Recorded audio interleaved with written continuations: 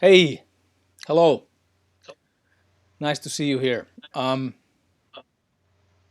can see that there are a few people online already from the start. That's great.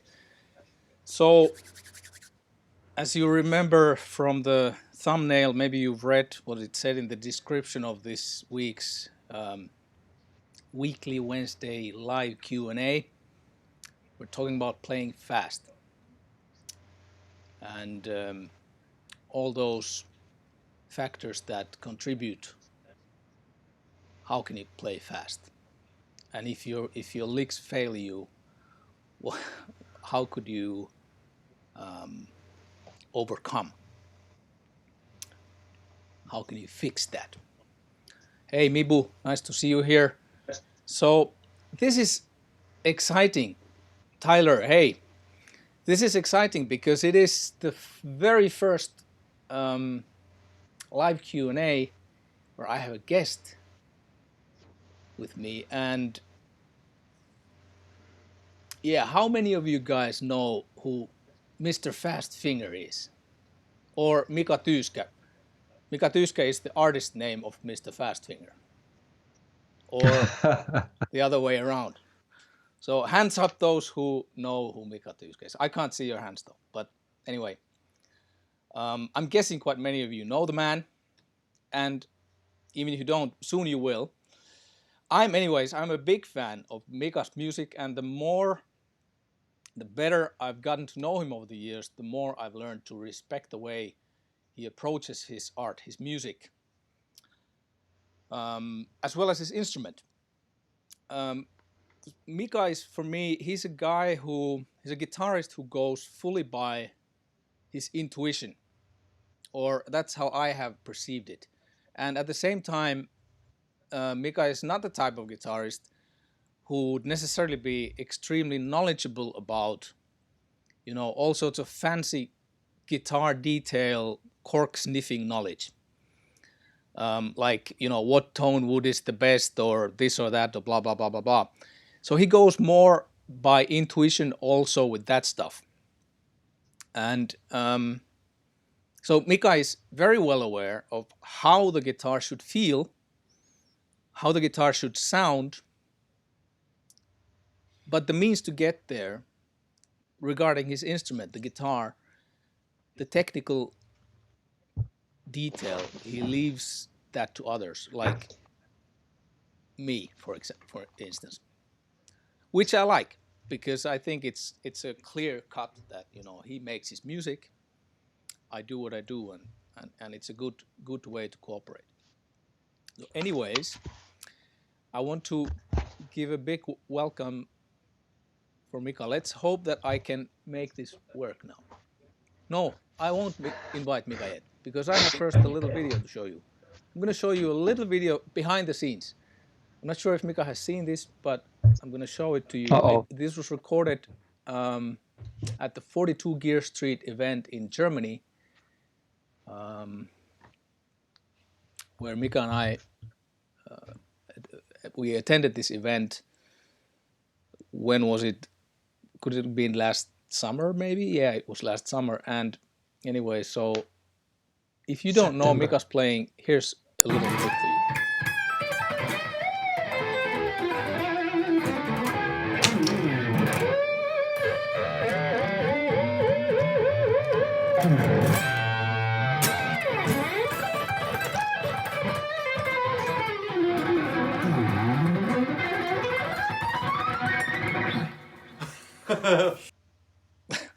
Okay, that's it.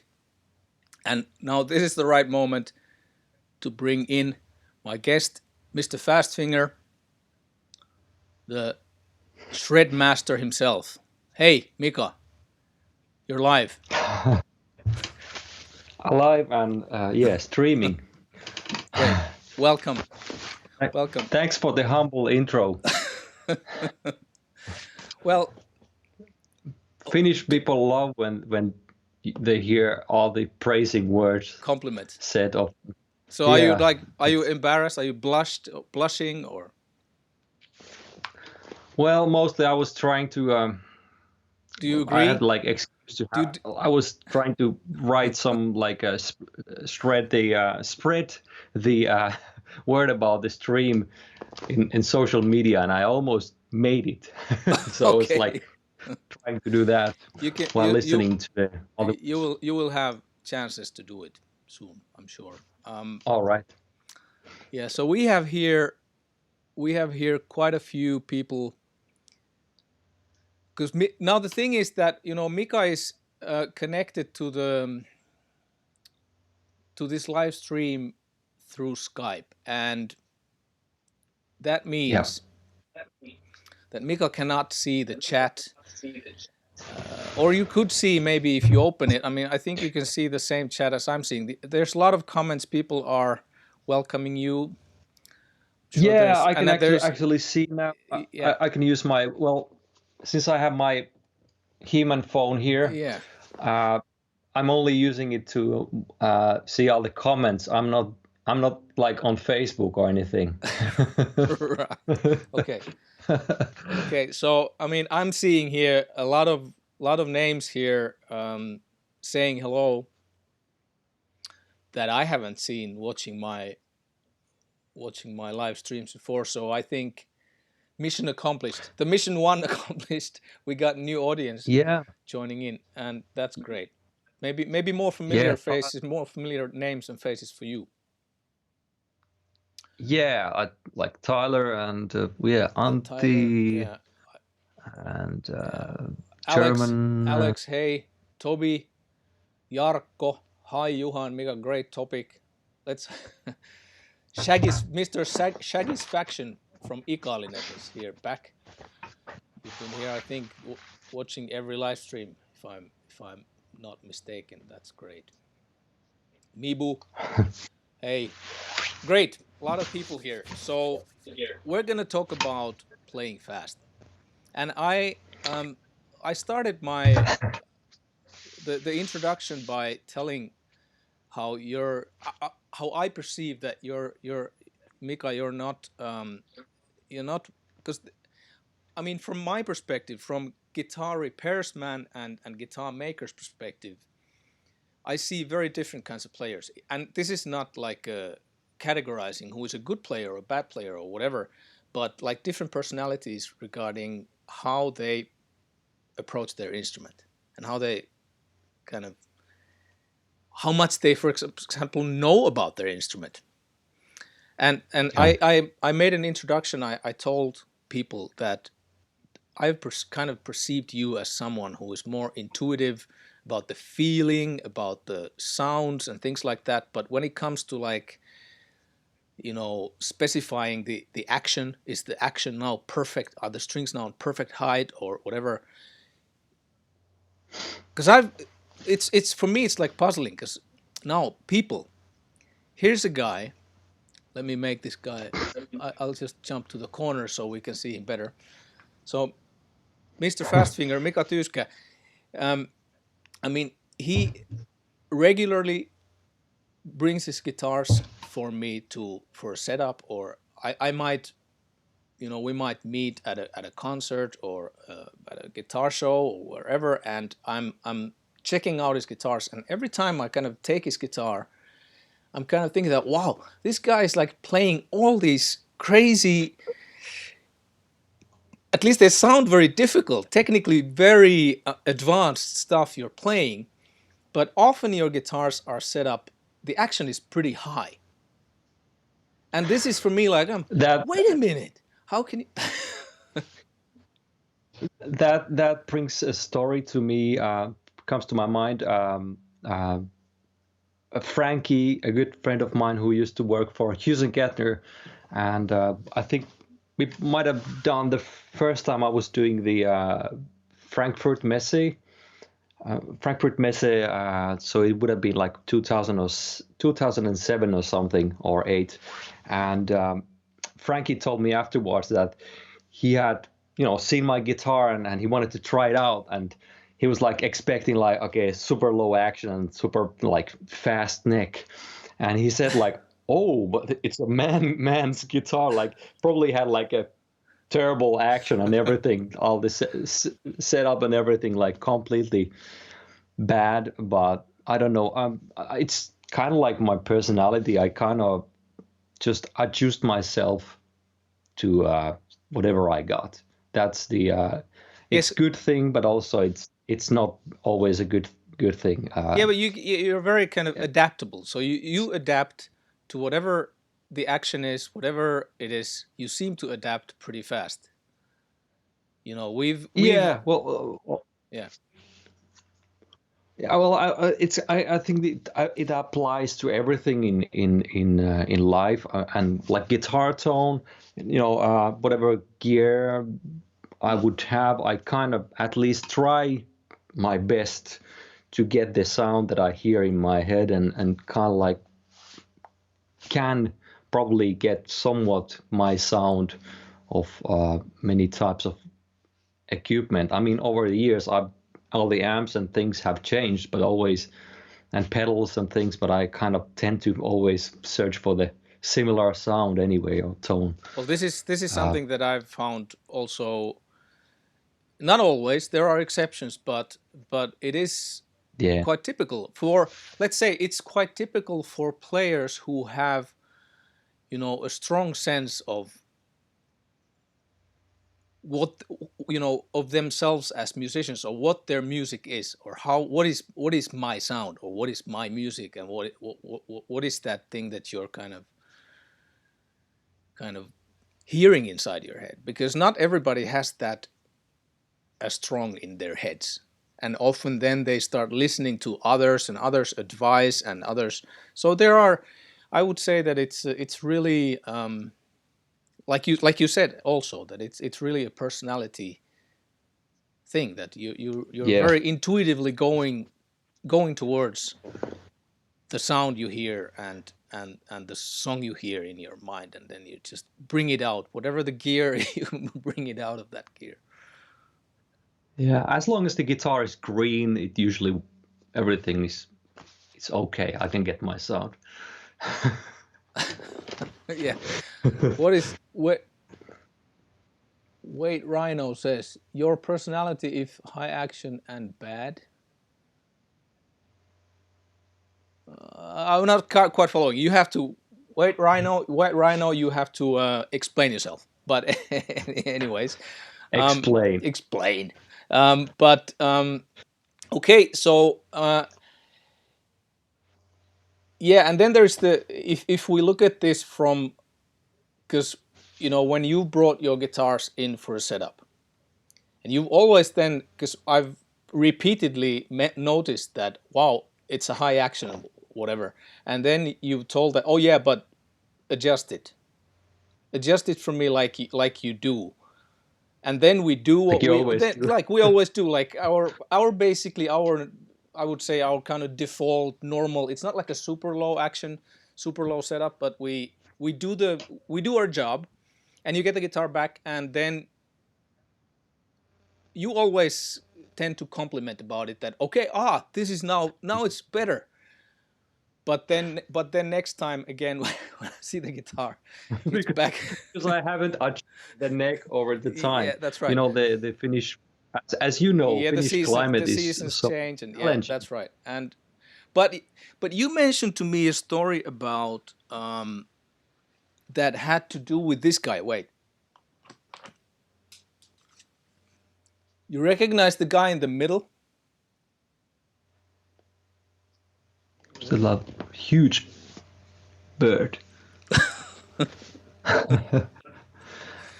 You have the same. You have the Yeah, same shirt on it. You're yeah, I wearing the do. I same haven't shirt. changed. Yeah, Yeah, and this since was I met taken a few John, I years ago. haven't.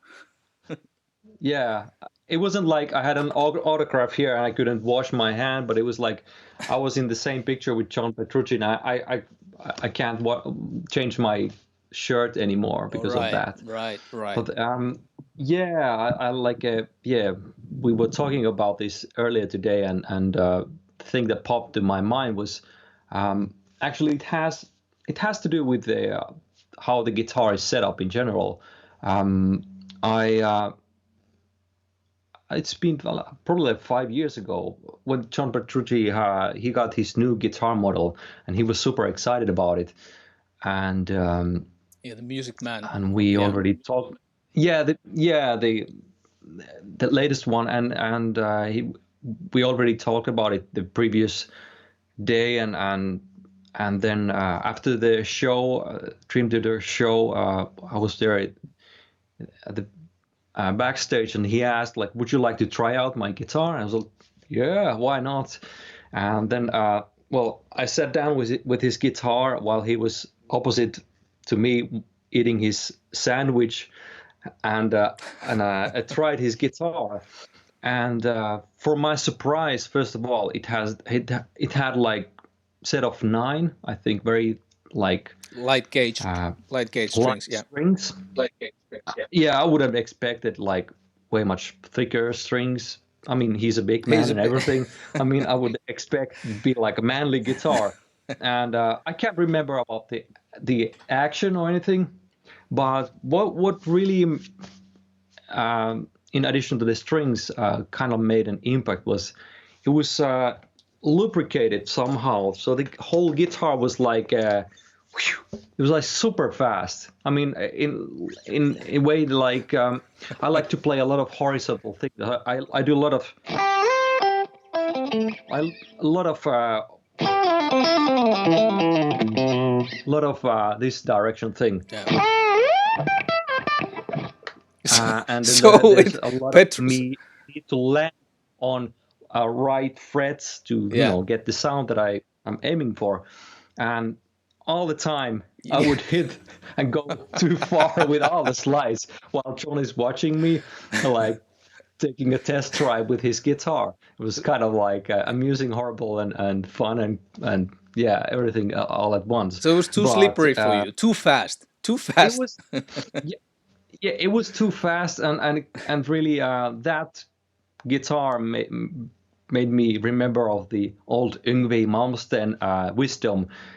When somebody asked him, I think it was in early 90s Guitar World magazine or something, somebody asked him, why are you playing these Stratocasters, because you could have so much more easier Yeah. guitar for all that fast stuff. And he replied like, all the super strats are like Ferrari on ice. Yeah. And it felt like Ferrari on ice. Like I couldn't control that guitar. Yeah. So you, But yeah, but one thing that I kind of learned from that, it's not really a lubricant, but like uh, I think I bought this actually from your shop. It's like some kind of lemon oil for the fretboard, yeah. and that kind of refreshes the fretboard. Another thing is I don't actually have it here. Well, I actually have 1 liter of 98% pure alcohol, which also cleans the strings very nicely. Yeah. That returns some of the tone because it can really wipe out the dirt properly without leaving anything on the strings. But really cleaning the fretboard actually can make the playing a little bit more, well, easier Yeah. and smoother. Yeah. Kind of, it'll be more slippery. Yeah. Yeah. But as compared, like a conclusion about the John Petrucci having the playing the Ferrari on ice guitar, the race guitar, whatever, and so you would rather with your style, with your you need a guitar that kind of fights back a bit. Yeah, That I you like to kind have of the handbrake on all the time, a little bit. yeah. All right, I've heard some That's other why I play these Ruokangas guitars. right. Oh, thanks. so but I've heard it from quite a few other players also that actually the thing that you know for even for the fast licks or whatever you play that you kind of the slightly higher action that it kind of you get a better grip on the strings and you kind of feel them better and it that Well, Yeah. The thing is, if you have super low action, the sound, the tone, the sustain, and you get trouble with the actual notes that you're supposed to play between the fast notes. Yeah. I think the like the medium action, whatever it means, you know what it means. It kind of Yeah. it's like balance. Yeah. It's not the one extreme. It's not the super low. It's not super high. It's in between, and I think in absolutely just about everything in life and music and everywhere, it's the somewhere in the center you can Yeah. find the balance for, you know, where everything can be done. And uh, if you have too high action, I think they're all fast or like I like the guitar playing to be effortless as possible, so it's relaxed and kind of like I'm able to make the music that I hear in my head or wherever it gets born. I kind of get to make it come out as smooth and close to the sound that I hear it in my head. So I like to move a lot, but I still kind of like to keep it kind of effortless, and um, having the right action means that I don't, you know, there's a lot of time if you need to press a string down like this. It takes a lot of like energy and muscle, and takes time. So if you have to press all the strings, when you do something like that, it can't be too high. I Yeah. mean, and also I don't know, my hands start to, you know, I get trouble with my hands, so it sort of aches, and you know, I want to keep it light for my hand. And the same thing about the guitar neck. If it's too thick, you know, it's hard to reach places. Yeah. And also I start to feel aches in different places, and so and and on the other side, if it's too thin, you don't get support for your thumb. So they kind of the neck should be supportive, but not in the way Yeah. for you to reach and be able to play the notes and things. Yeah. So What was the question? What we were what? no, we were Yeah, just where talking are we? about the action and the yeah. So it's all good. Um, so about still about the action, because this is like one of those things that we did or I did a live stream earlier about that doesn't look super high. How does it feel to This you isn't now? it. This is actually pretty good. Yeah. Yeah. How can you see Yeah. that? Yeah. Yeah. Yeah. I can see that. Yeah. It This doesn't. guitar Yeah. has I don't know if it's because there have been some times when I have been stuck with the other guitar, but now lately at least I've been playing this guitar a lot. Yeah. And yeah, the other green guitar I've forgotten there on the wall for probably like a month or more. I've just always had this, Yeah. and just last week I noticed that the action is pretty high. Yeah. Where we have summer now here, and yeah, so something has happened. So Yeah. yeah, Needs that one needs needs I adjusting. enjoy it.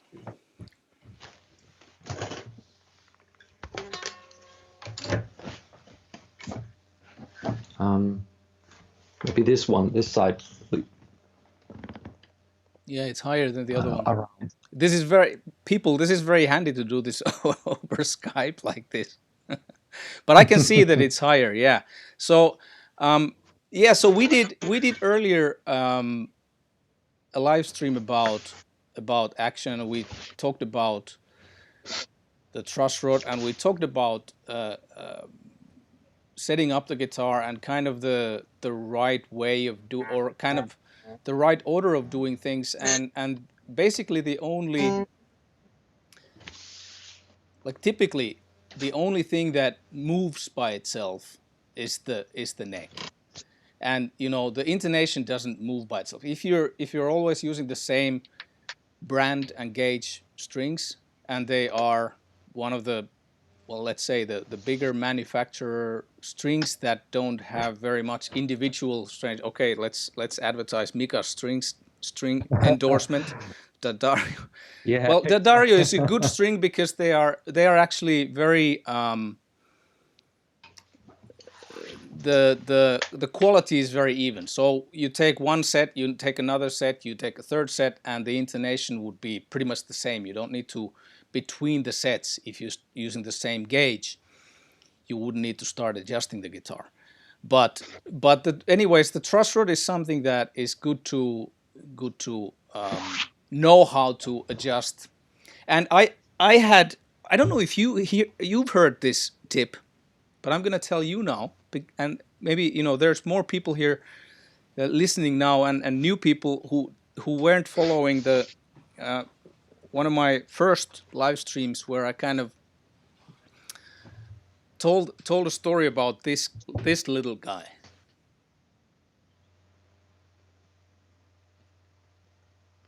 Oh yeah, some kind of. I can't tell what money is that. Yeah, One mark or one mark. So it's So a vintage coin. Same thickness as a 20 cent in the euro currency. 20-cent coin is the same thickness. So yeah, so this one is. I'm here. I have calipers here. So somebody was asking in the chat, what is medium action?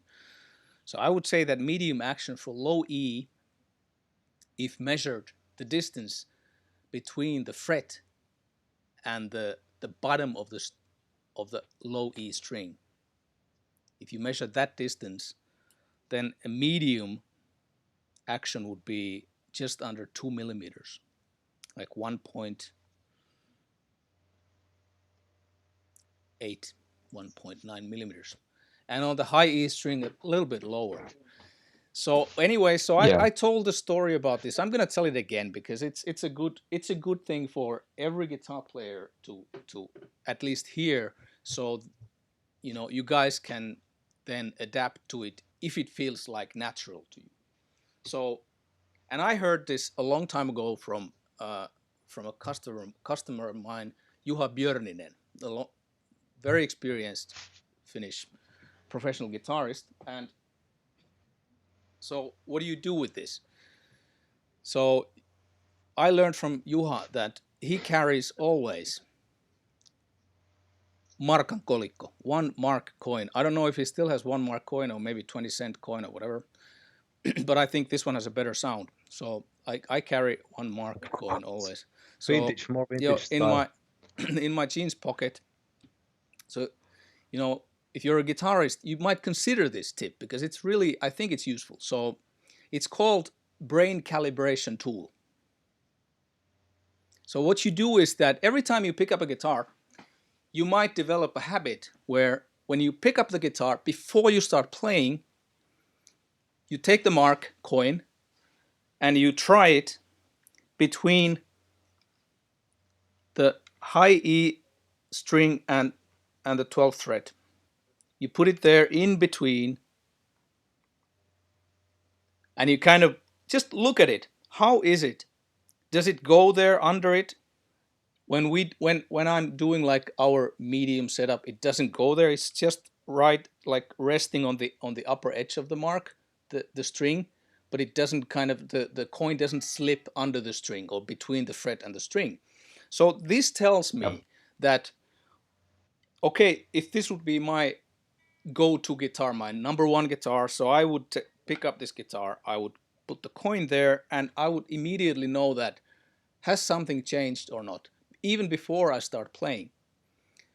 And this, Juha Björninen told me that it helps him to kind of calibrate his mind, that then when he starts playing, that if things don't feel good, then he can immediately adapt to that. Okay, but it wasn't the guitar because the guitar is the same, so I just have a bad day. Or he could tell that, yeah, the guitar is different. So it kind of helps him to get over that sort of emotional reaction of picking up the guitar, starting to play, and how does it feel today? Because it feels a bit different every day.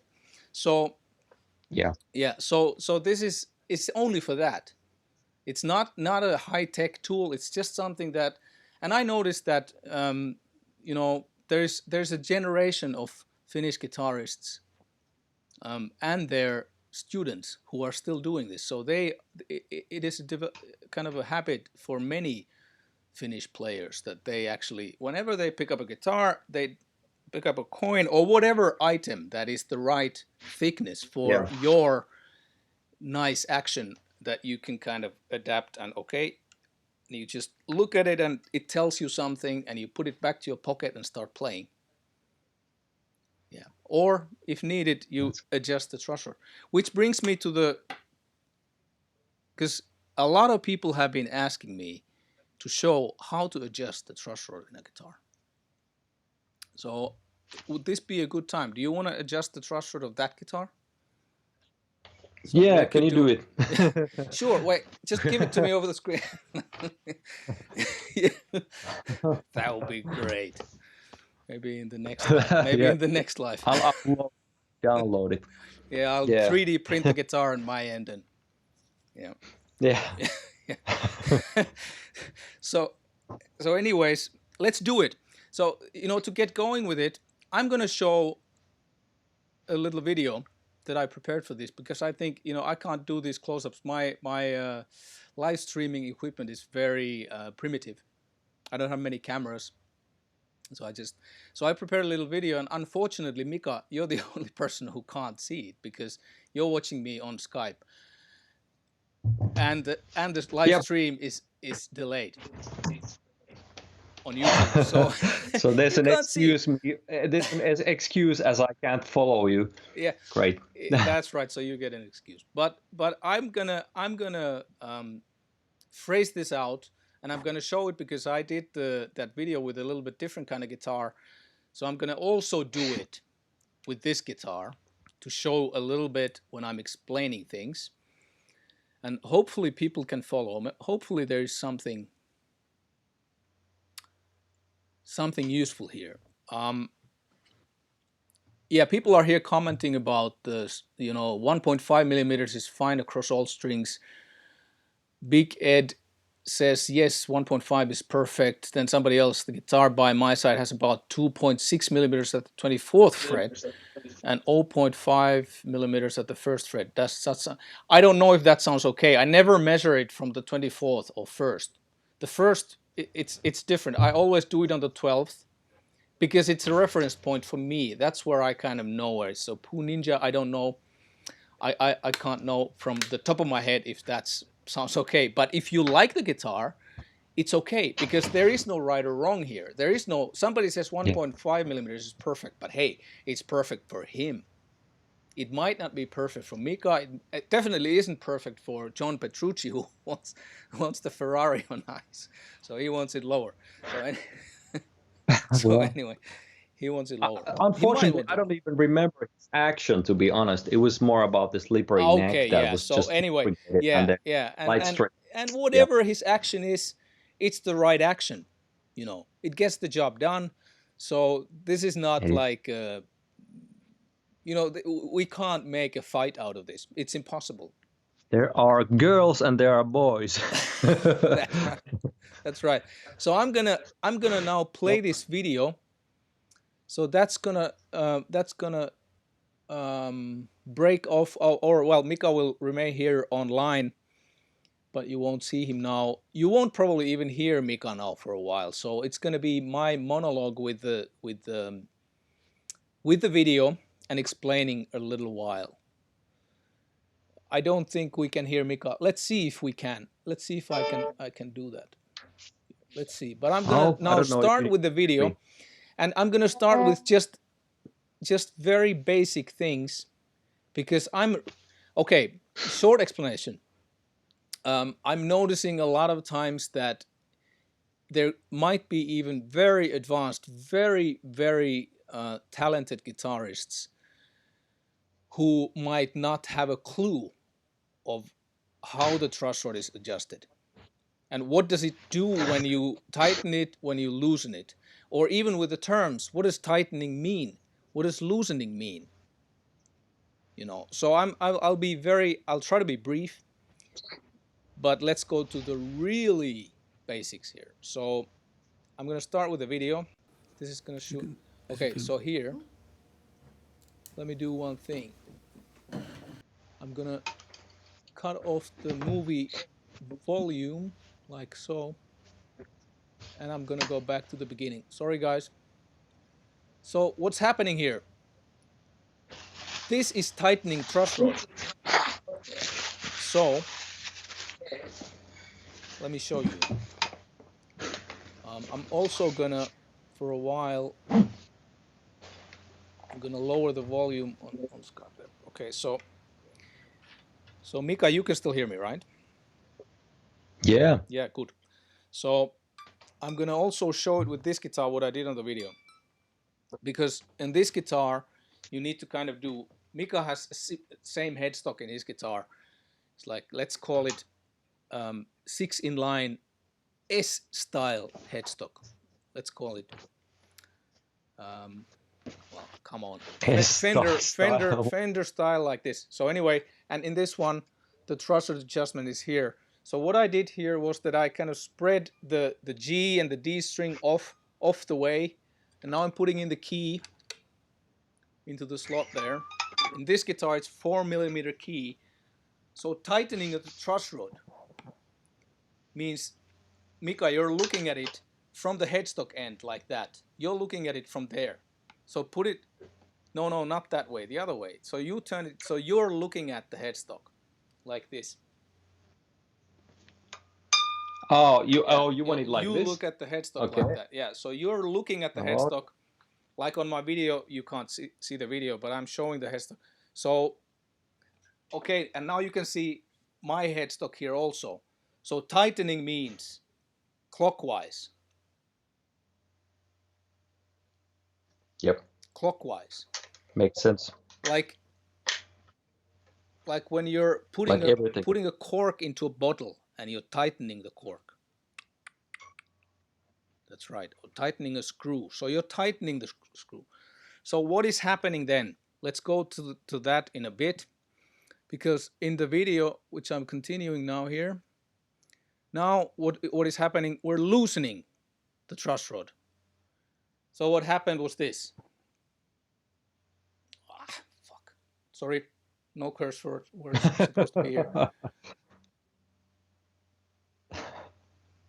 That's loosening the truss rod anti-clockwise, counterclockwise. You're loosening it. And what is happening when you're tightening the truss rod?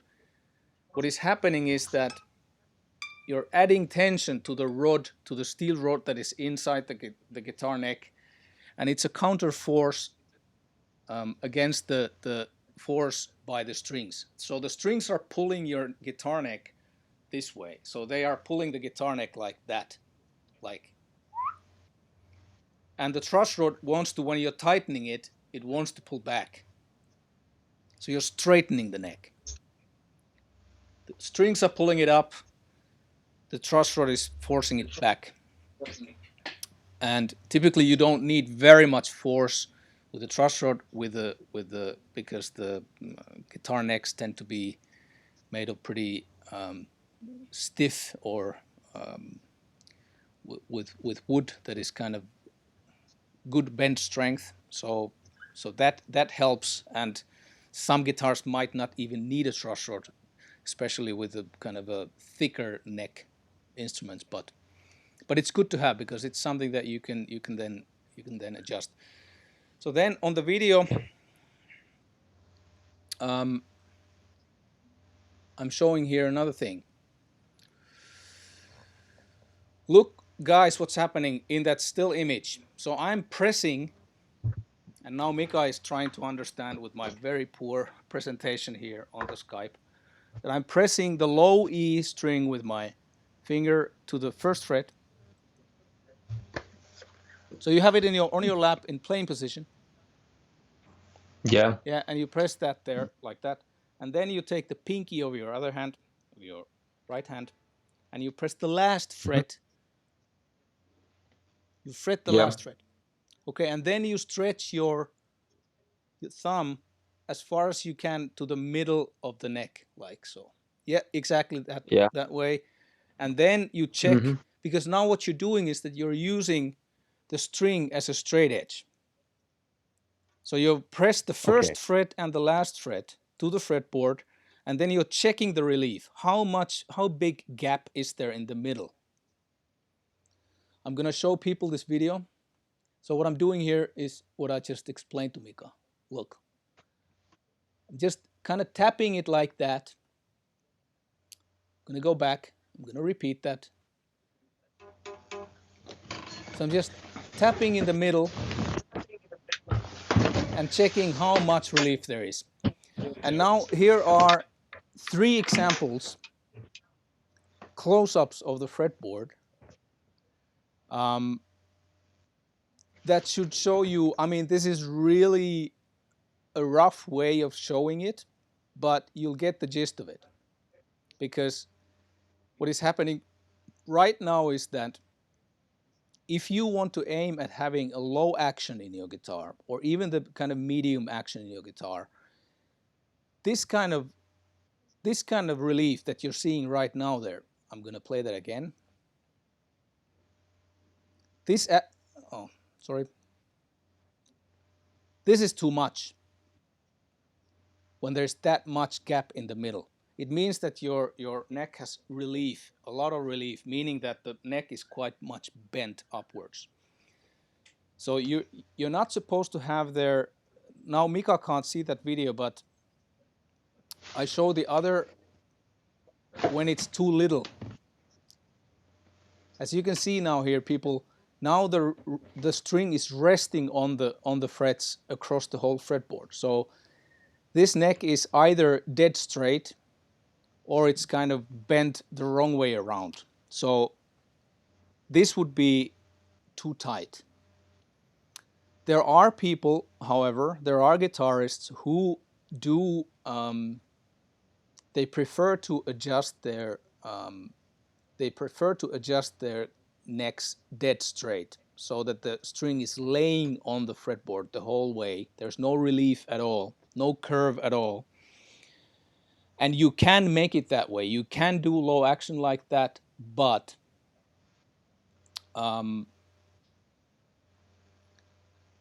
it's going to be kind of slightly buzzier guitar than you could do with other kinds of setup.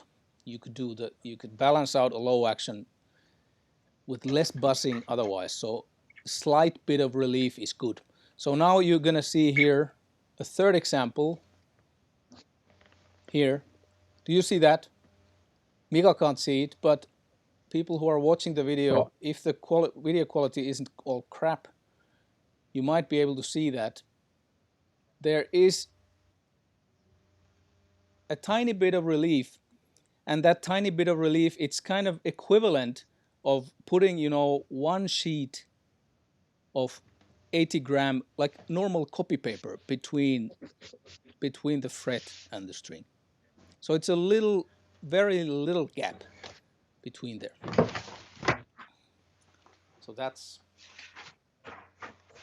and you can achieve it like you saw in the beginning of that video.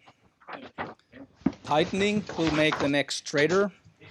Loosening will make it more curved, and you will have more gap. And you can find the sweet spot from your guitar. And different guitars tend to be a little bit different.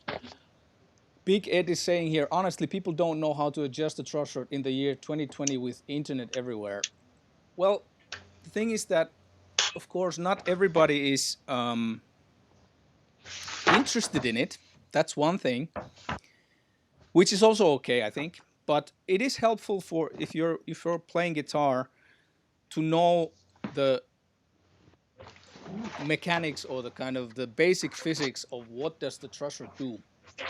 And I think there's a good number of talented players who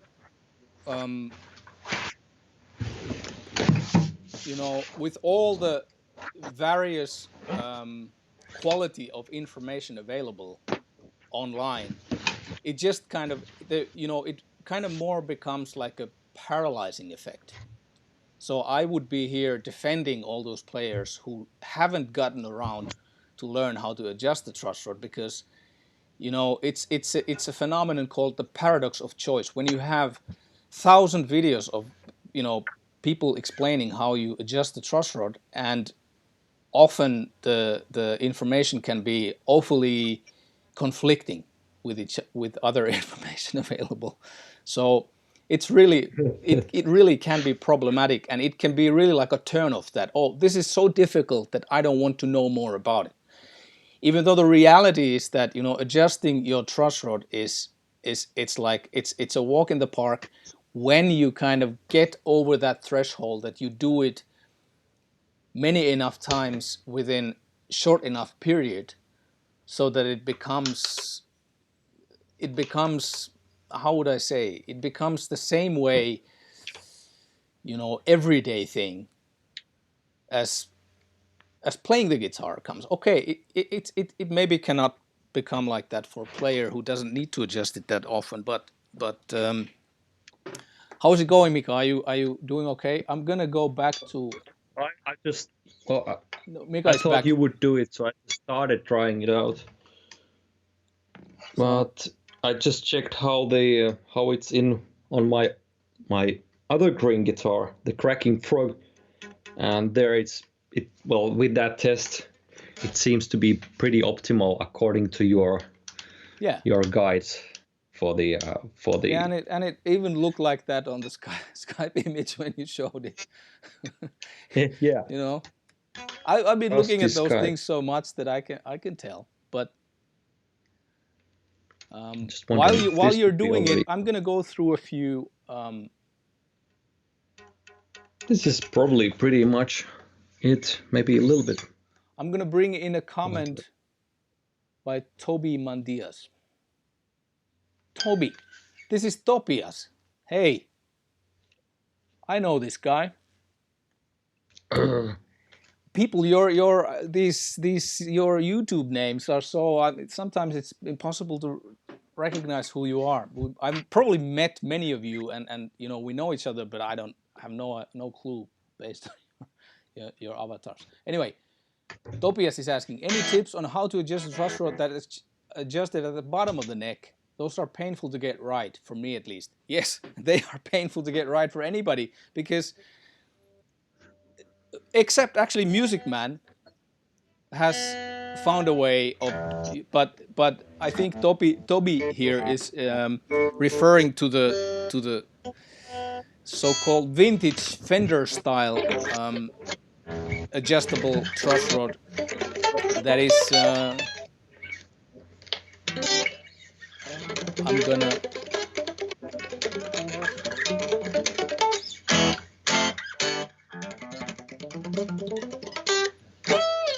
gonna turn down while Mika is there doing his thing. I'm gonna turn it down from here, from the stream.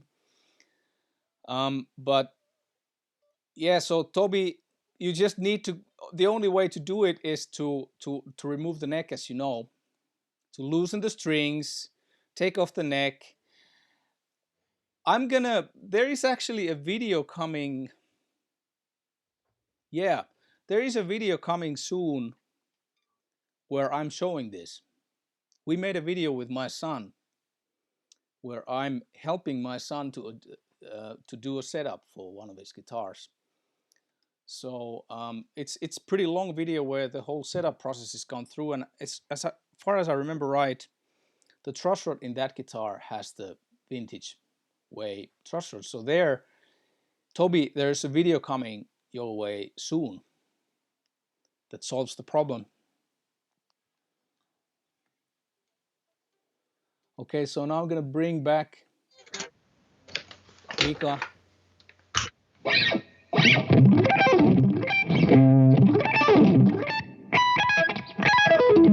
Yeah, it feels way much better now.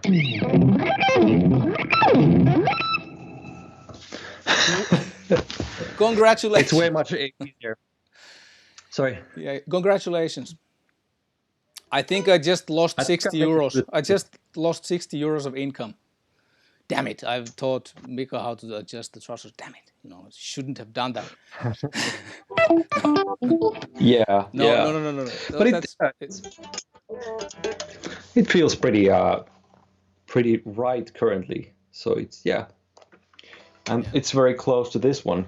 It's kind of funny how this has kept the neck, the whole thing has been really good, and this is not. I mean, what's the difference between guitars that you play and you don't play? How much that affects the?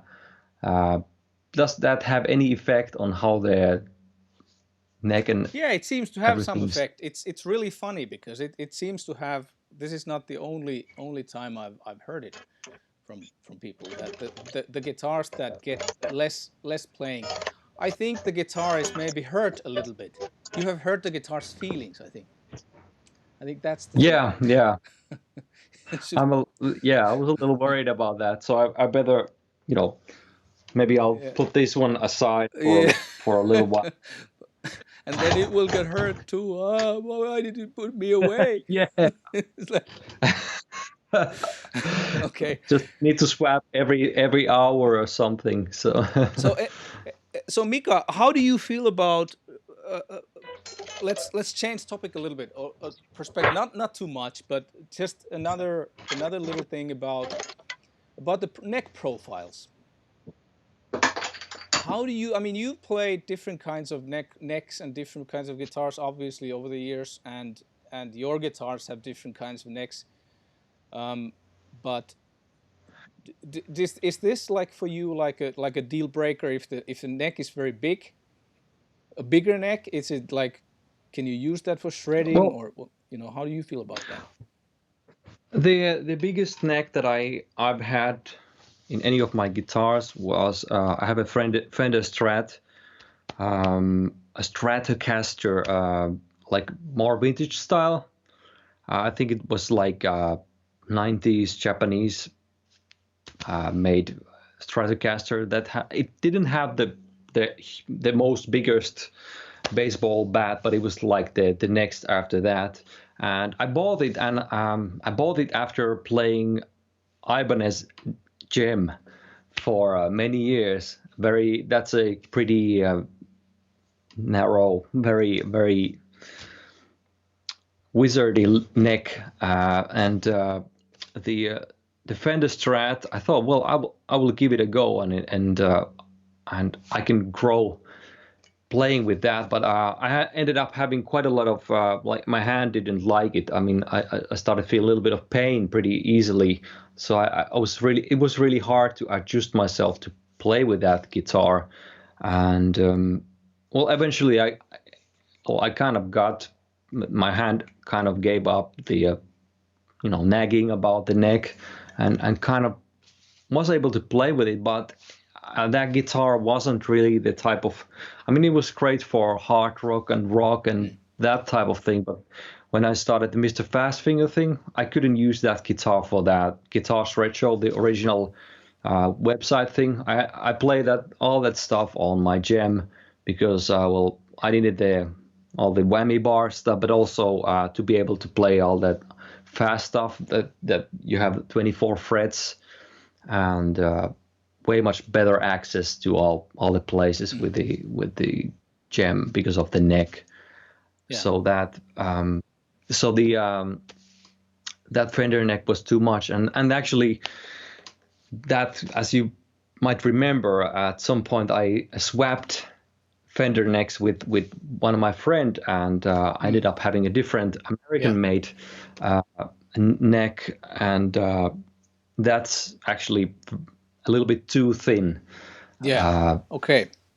So you feel that but it's I yeah. like it. It's pretty close to the Gem neck actually. A little bit too is that narrow? Is that the right word for? Yeah, too narrow neck for in general, but I really enjoy it because it kind of feels pretty. It's nice for a change. But these necks on both of these guitars are it's kind of funny thing, but I think the what you're kind of used to playing has an impact on you. I mean, when I was my very first guitar was a Strat copy, not a good one, like really cheap guitar. And but my second guitar was a Charvet. Do you have it there? Made by. Do you have it there? Can you show it? Or is it somewhere else? No. Unfortunately, it's in our house. Yeah. Okay. Mm-hmm. I don't have it, but that was my second guitar. I played that for 9 years, and then I got my Gem and the Fender Strat, and then the couple of the custom guitars from the German guy Ben Reuters before I got these. Yeah. My first Ruokangas guitar, and the guitar you made, and the movie guitar. And it was kind of funny around the time when we were more or less already shooting the movie, and it was about the time to figure out how the neck profile should be and everything. I happened to play my Charvet. Yeah, I remember this. Yeah, Charvet. I tried it out, and it felt so much like at home. It felt so natural. I thought, well, this is the neck. I mean, this is kind of like, you know, I'm kind of like, home. You know, yeah. So I took that.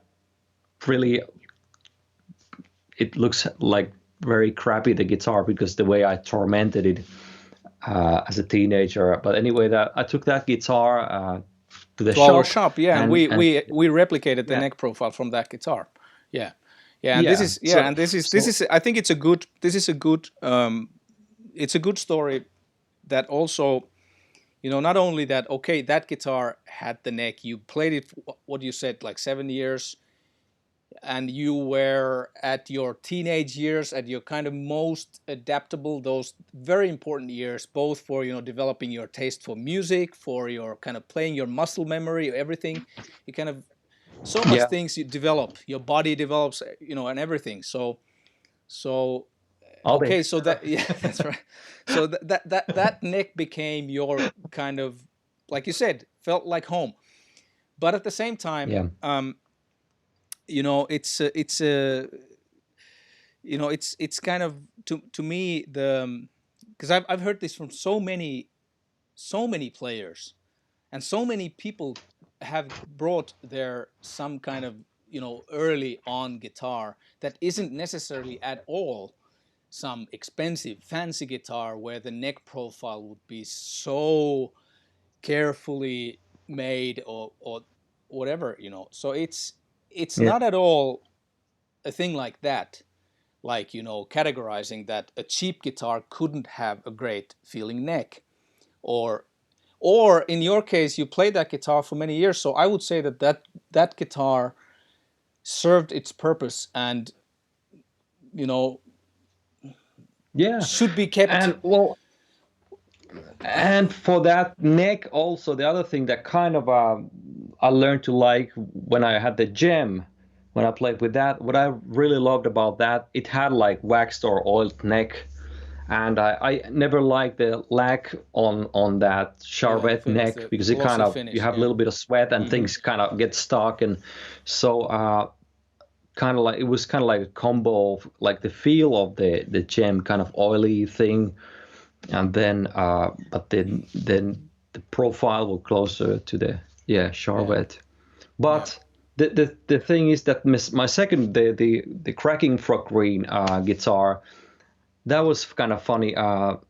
That's closer to the Gem profile of the neck, although it's not really. It's a little bit thicker. Yeah, because I didn't. You remember this? Because you talked about the Gem neck, and I told you that I won't make it. I told that I refused to make that thin neck, because it felt to me that if we make such a, because I know that these guitars often have, over time, your Gem has stayed fine, and it's a great guitar, I think. I mean, it's a great, super cool. So I mean, nothing wrong with that, but, you know, regarding how the guitars with very flat, thin necks are when you're, for example, you're playing it sitting down, then you kind of slouch on your sofa a little bit on your back, and the guitar is out of tune because the neck is kind of so. Yeah, and things like this, and often the very thin necks have over time problems. There are exceptions, but more often they have problems, and so I have drawn the line somewhere, and the your gem neck was just I remember this, that I refused, and I thought that we can make it more like that, but you know. It was I think it was perfect thing. I mean, the way it felt right from the start. I love the neck. It's kind of like somewhere, kind of like cross between this and gem neck. And the biggest change we actually did, what that was actually inspired by the gem, was that one has a little bit straighter frets. I mean, this has a little bit of roundness to it. Mm-hmm. So the way the fretboard feels, I actually, with that guitar, I kind of feel somehow more that I'm in control. Yeah, it's easier to control, or kind of a. Yeah, so these kind of little things kind of matter in, which guitar becomes the number one guitar or whatever. Like in this case, it's quite clear. We made this guitar for you that you're holding now, the movie guitar, and then later on we made the other guitar, and that has kind of become your go-to guitar. And it's this kind of little things that just feel a bit different, and then you just end up kind of taking that guitar more often than the other guitar, and then the other guitar is hurt. And the neck starts to be a little.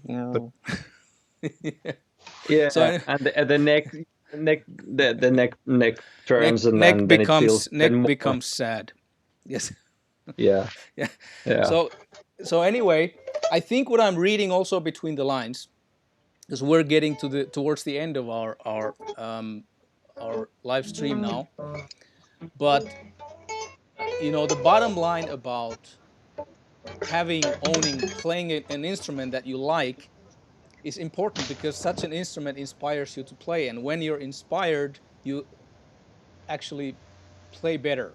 Or would you agree on that? It does. I mean, it's like a hormonal thing, like endorphins. You feel better, things just feel nicer, and you start, and it kind of translate and lifts your playing also. Yeah, sometimes, well, it's just clearly happening like that. There's no denying it. The instrument really inspires you, and if it feels like it's, I mean, somebody wrote there that he likes his action so that he has to, there's a little bit of battle. I mean, it's kind of like you have to do a little work, and I kind of like that as well. But I like when the guitar feels like it's just part of you, and it kind of like lets you, you can achieve whatever you wish to achieve with the instrument.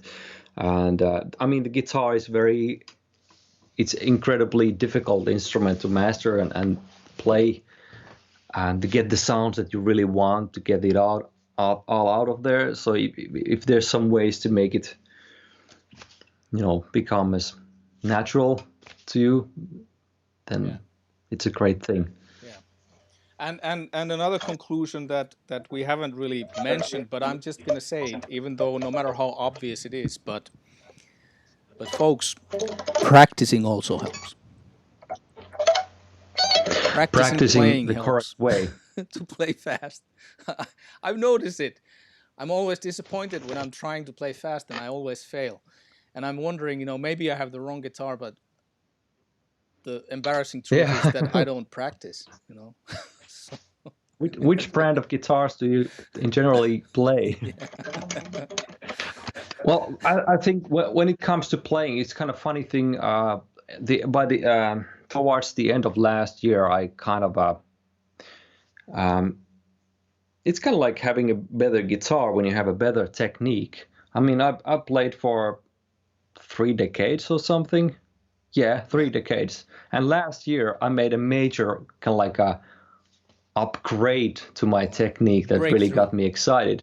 Yeah. Yeah, and it was something that I've heard people and I've seen people do so much over the years. I just but the thing was that when I'm alternate picking, no, the funny thing about if you want to play fast, for some reason, as a human, you think that you have to just kind of like it's like a force thing. You have to use more power and more, energy. But the fact is that all the fast stuff, especially, it's about the finding the most efficient, smoothest way of doing it while making it sound good. And one of the things was that when I would alternate pick, that was always kind of for me thing that if I would need to alternate pick, I would feel like a little bit of stress. Oh, now I have to do it, and it's kind of like you never know quite how it's going to end up coming out. Yeah. It's kind of always it is always like that, but somebody commented one of my video which had like alternate picking lick, and he kind of like was asking, so because you have to make that motion, the thing, and he was asking like, are you using the arm or the elbow? What kind of how do you approach this alternate picking thing? It looks like you're moving the whole arm and everything, and I kind of finally, after all these years of reading, I decided, okay, now let's take a look at what I'm actually doing and what's happening there. And I realized that when I would pick normally like slow tempo, I would do wrist action. But when I would speed it up, I would kind of like add tension, and I would start doing like move the whole hand. And moving whole hand like this, it's like a huge stress and a lot of it takes a lot of energy, everything. So once I realized and started monitoring the thing, and again, the same thing that I did with sweep picking, kind of like rotate the angle a little bit like this so it doesn't get stuck between the strings so much. It kind of the whole picking thing became like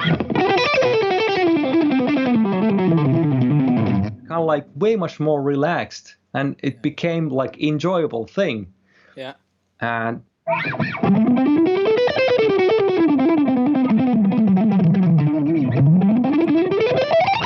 but if I'm kind of, I might still, if I feel stressy like this, it kind of I might start adding some kind of weird tension or thing here that I'm supposed to use this, but if I'm more relaxed,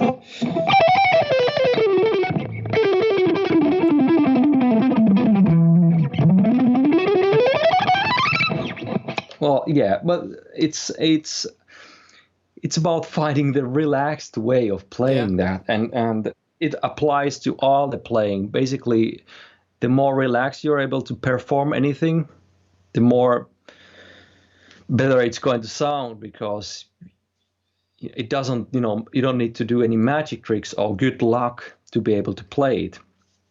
And once you're able to get it relaxed and smooth and enjoyable, then you like to do it more often. Well, I think Yngve Malmsten really fell in love with all this fast stuff because he, realized how to do it very early on, and he still loves it. Yeah. Because he can follow his amazing, amazing sound, the attack and the speed and everything, and he loves repeating the same patterns in 1-2 keys, doing all the same same keys all the time, because it's just enjoyable. Yeah. And well, let me continue. Like, yeah, yeah. Let me continue. Let me continue from one thing you said. You mentioned that you feel that the more relaxed you become, it kind of makes you feel that you don't need so much luck, right? Did you say that? Yeah. So it's not. Yeah. So anyway, it just reminded me, which I'm gonna kind of conclude here, and we're gonna end this gibberish. But so my wife told me the other day when I was preparing for this live stream, and I kind of talked about this, the two perspectives of, that if you want to play fast, that what do you need? That do you need that race car instrument, or do you need fast fingers, or what that? And of course, obviously, I mean, you need, it's like a conclusive, you need everything. And my wife I was just kind of chattering about this to my wife, and Emma then told me about, just reminded me actually now a moment ago when you mentioned Yngwie Malmsteen, of another Swede, Ingemar Stenmark, the famous slalom skier from Sweden. Who, and Yeah. there was this sports journalist asking him like long time ago that wow, it's so amazing that you're that you're so lucky that you're winning so much. And then Ingemar Stenmark goes like, yeah, isn't it amazing? And the more I practice, the luckier I get.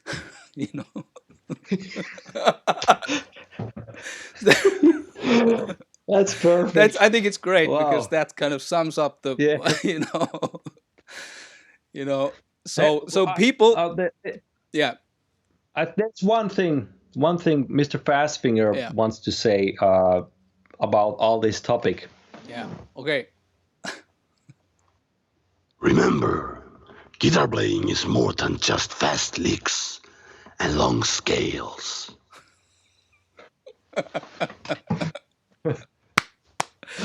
Thank you, Mika.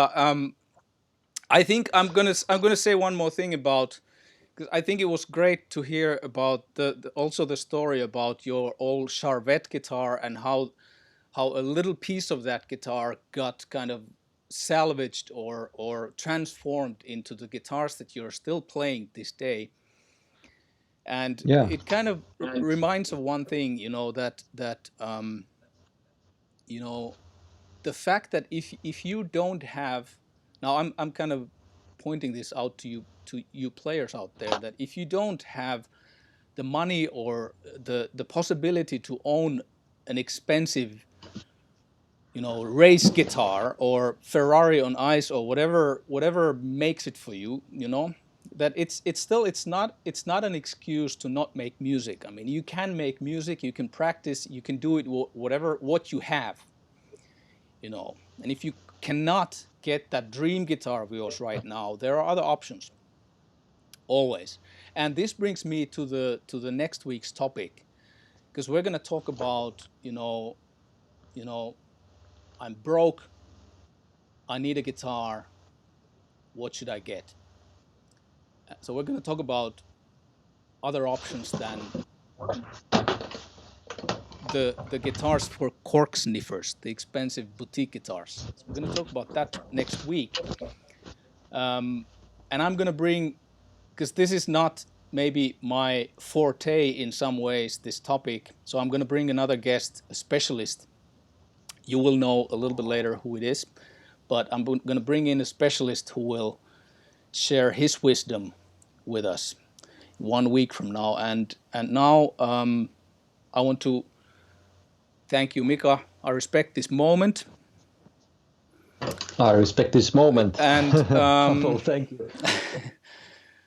And thank you, people. There's some really great comments that I haven't had time to answer.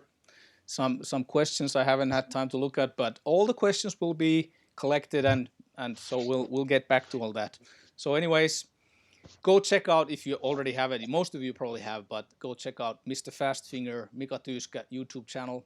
His fantastic teaching, in his role as a sensei, teacher, mentor, guru of shredding and soloing and everything about, and making music, making songs, composing, anything you can imagine. So go check it out and subscribe to this channel and like and share and all that YouTuber stuff. Exactly. Yeah. So Mika and I are gonna say bye-bye, and until next week. Yeah, wax on. Wax on, that's right.